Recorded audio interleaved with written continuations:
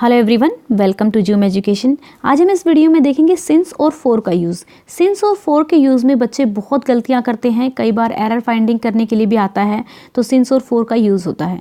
यहाँ पर हम एक सेंटेंस देखेंगे, मैं 2 घंटे से पढ़ रहा हूँ। तो इसकी इंग्लिश क्या होगी?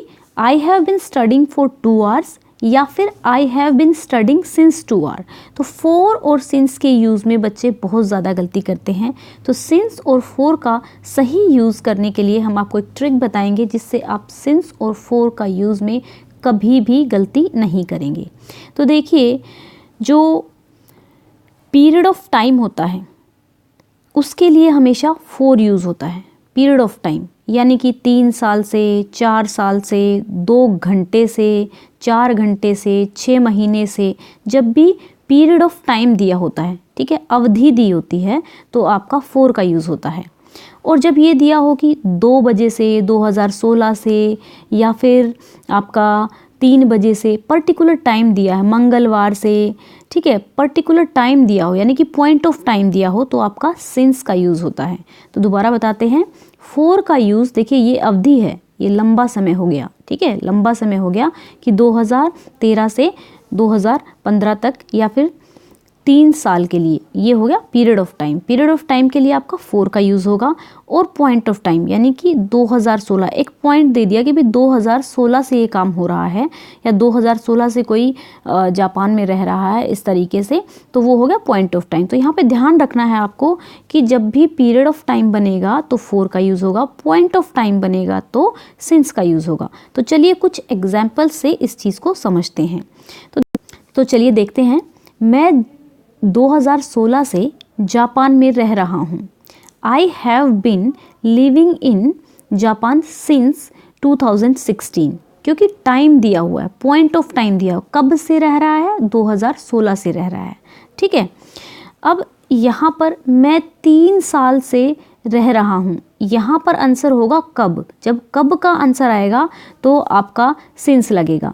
कितने टाइम से, जब कितने का जवाब आएगा तो हमारा फॉर लगेगा। मैं जापान में 3 साल से रह रहा हूँ। आई have bin living in Japan for 3 years. तो ये हो गया पीरियड ऑफ टाइम और ये हो गया पॉइंट ऑफ टाइम। तो पॉइंट ऑफ टाइम के लिए हमेशा सिंस लगेगा और पीरियड ऑफ टाइम के लिए फॉर लगेगा। तो चलिए फिर से एग्जाम्पल देखते हैं कुछ। जैसे फॉर है, फॉर हमेशा आपका पीरियड ऑफ टाइम के लिए, 5 दिन के लिए, 6 महीने के लिए, 10 मिनट के लिए, 8 घंटे के लिए, तो आपका फॉर का यूज़ होगा।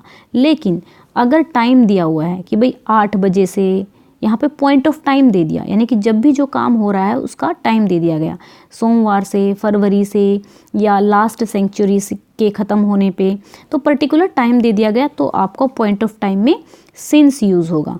तो चलिए फिर से इसके कुछ देखिए। फॉर किस लिए यूज़ होता है? पीरियड के लिए यूज़ होता है, जब अवधि हो। Since point of time, point of time बोले तो पर्टिकुलर टाइम दे दिया गया है, 9 बजे से, मंडे से, जनवरी से, ठीक है। देन यहाँ पे यूज़ देखते हैं फॉर का। They are studying for 3 hours, 3 घंटे से पढ़ रहे हैं। He has lived in Bangkok for a long time, लंबे समय से रह रहा है, पीरियड है। He has been living in Paris for 3 months, 3 month से रह रहा है। अगर यहाँ 3 मंथ्स के लिए 3 मंथ्स की जगह होता कि वो जनवरी से रह रहा है या जनवरी 2016 से रह रहा है, तो यहाँ पे सिंस लगता। तो अभी सिंस का यूज़ देखेंगे। ही has bin here since 9 AM, ठीक है, यहाँ पे पर्टिकुलर टाइम दिया गया है, इसलिए यहाँ पे सिंस का यूज़ हुआ है। सिंस 7 o'clock, वो 7 o'clock से इंतज़ार कर रहा है। I have known him since January, मैं उसे जनवरी से जानता हूँ। तो यहाँ पे पर्टिकुलर यानी कि पॉइंट ऑफ टाइम दिया गया है। I have lived in New York since my childhood, मैं अपने बचपन से ही वहाँ पर रह रहा हूँ, न्यूयॉर्क में। तो ये आपका क्या हो गया कि पर्टिकुलर आपको पॉइंट ऑफ टाइम दिया हुआ है और फॉर में आपका पीरियड ऑफ टाइम दिया होता है। तो ये मेन डिफरेंस है यूज़ ऑफ सिंस और फॉर में।